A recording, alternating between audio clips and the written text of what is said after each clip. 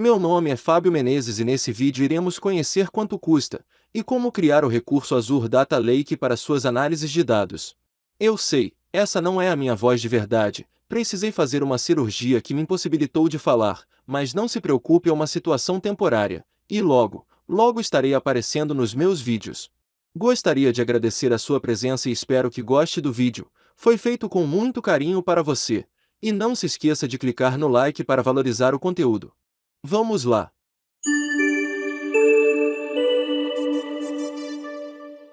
Primeiramente iremos utilizar a calculadora de preços do Azure, lembrando que essa ferramenta é totalmente gratuita e não necessita ter uma conta no portal do Azure para usar. Podemos clicar no botão Conta de Armazenamento.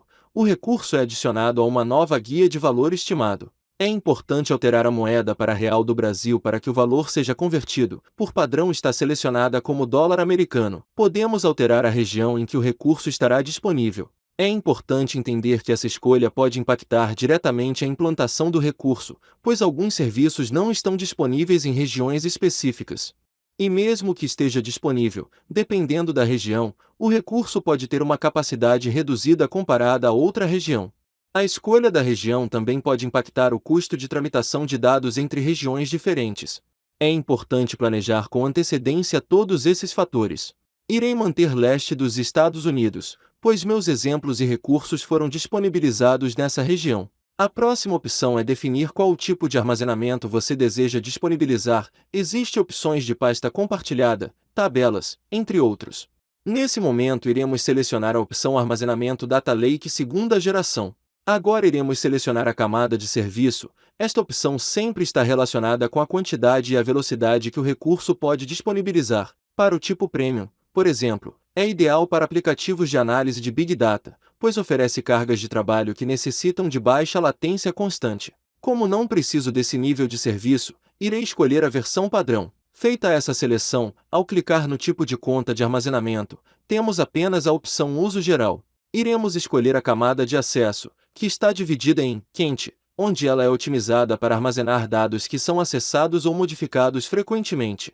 Lembrando que esta camada tem os custos de armazenamento mais altos. Frio, pois é otimizada para armazenar dados que são acessados ou modificados com pouca frequência. Os dados devem ser armazenados por um período mínimo de 30 dias. E arquivamento, onde temos uma camada otimizada para armazenar dados que raramente são acessados. Esses dados devem ser armazenados por um período mínimo de 180 dias. Manteremos a opção quente selecionada. Nossa próxima opção é armazenamento de redundância de zonas, que mantém cópias de segurança em recursos separados da origem dos dados. Por padrão, os dados são copiados para 3 zonas diferentes na mesma região primária do recurso. Contudo, nem todas as regiões contêm 3 zonas disponíveis, a exemplo da região Brasil, que atualmente tem apenas 2 zonas. Iremos escolher a opção LRS. Este tipo de redundância armazena localmente, copiando os dados 3 vezes na região primária do recurso. Na próxima opção temos a estrutura de arquivo. Iremos selecionar o namespace hierárquico, pois melhora a manipulação dos arquivos armazenados em uma hierarquia de diretórios. Já temos um valor de aproximadamente R$ 110 para uma capacidade de 1 TB. Mas se alterarmos esse valor para 10 GB, esse custo reduz sensivelmente para aproximadamente R$ 1.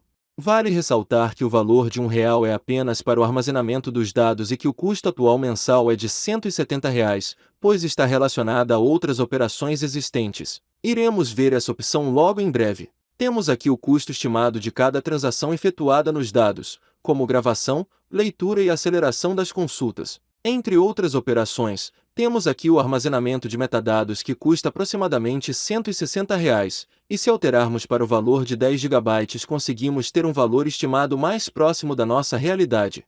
Temos assim um valor de R$ 3,89. Lembrando que esse valor pode não refletir com o custo final a ser pago, pois como falamos, é uma estimativa.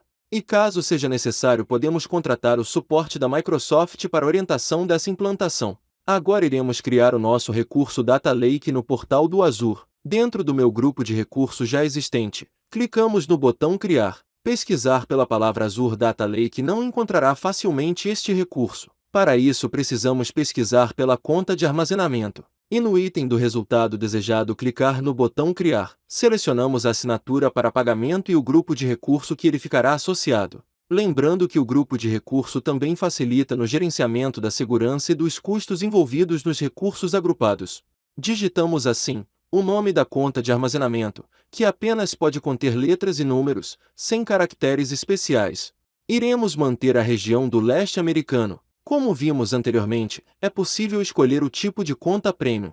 Contudo, iremos manter o tipo padrão, selecionando logo abaixo o armazenamento de redundância para LRS. Clicamos no botão Próximo, e na guia avançado podemos definir algumas configurações de segurança, como permitir a transferência de dados utilizando a API REST, habilitar o acesso público aos containers, este é o local em que os arquivos ficarão armazenados, e habilitar o acesso à conta de armazenamento por chave compartilhada. Iremos marcar a opção de autorização de acesso ao recurso utilizando o Active Directory. Podemos escolher a camada mínima do protocolo de segurança, sugiro manter a versão mais recente. É importante lembrar de habilitar o namespace hierárquico, inclusive se desejamos utilizar nosso Data Lake no ambiente do Azure Synapse Analytics. Podemos habilitar o protocolo NFS, que fornece compatibilidade com o sistema de arquivos do Linux, e também é importante compreender que esta opção somente pode ser habilitada no momento da criação do recurso. Manteremos essa opção desmarcada e selecionaremos a camada de acesso como quente. Clicamos assim no botão Próximo novamente. Na guia de redes, iremos manter habilitado o acesso por todas as redes públicas, ou seja, sem a necessidade de criarmos o recurso de rede privada. E utilizar o roteamento padrão Microsoft garante que o acesso seja executado da maneira mais rápida aos arquivos do recurso. Na guia Proteção dos dados, de forma geral, definimos o tempo de retenção quando um arquivo ou objeto é excluído do armazenamento, e pode estar diretamente associado à política da sua empresa, como por questões jurídicas ou de governança. Iremos manter as chaves de encriptação padrão, lembrando que podemos adicionar mais uma camada de segurança se desejarmos criar chaves customizadas. Na guia Etiquetas, adicionamos metadados para identificar nosso recurso, o objetivo que ele terá, a classificação dos dados, entre outros. Essas propriedades também ajudam a gerenciar os custos utilizando a função filtrar. E na próxima etapa, validar e visualizar resumidamente as opções definidas anteriormente. Basta agora clicar no botão Criar. Após finalizar com sucesso a implantação, clicamos no botão Ir para o recurso.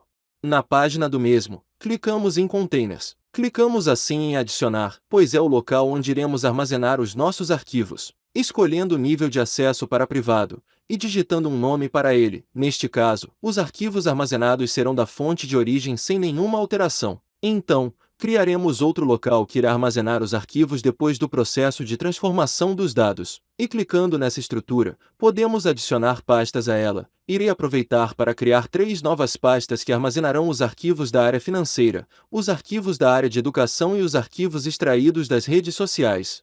Clicamos no botão Adicionar diretório e digitamos o nome da pasta. Basta agora repetir esse procedimento para a criação de quantas pastas forem necessárias. Inclusive carregar manualmente o arquivo existente em meu computador para a pasta raiz dessa estrutura. Ao selecionar o arquivo carregado e clicar na opção Propriedades com o botão direito, temos além de informações básicas, como quando foi criado, a última data de modificação, entre outros, temos na guia Editar a previsualização dos dados contidos no arquivo.